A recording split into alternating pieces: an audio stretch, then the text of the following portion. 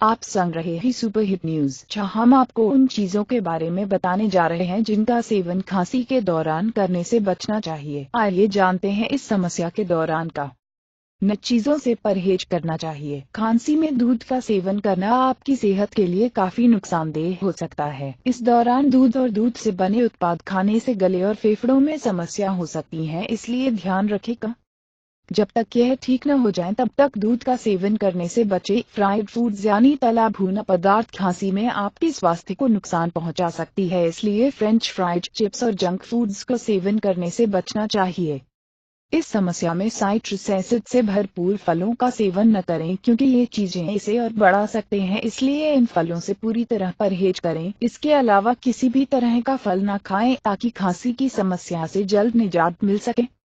इस परेशानी में भूलकर भी इन चीजों का सेवन न करें। प्रोसेस्ड फूड जैसे white pasta, white bread, chips इत्यादि, क्योंकि ये आपकी खांसी की समस्या को और बढ़ा सकते हैं, इसलिए इनका सेवन करने की बजाय आप हरी पत्तेदार सब्जियों का सेवन करना आपके लिए काफी लाभदायक होगा। वीडियो देखने के लिए आपका धन्यवाद।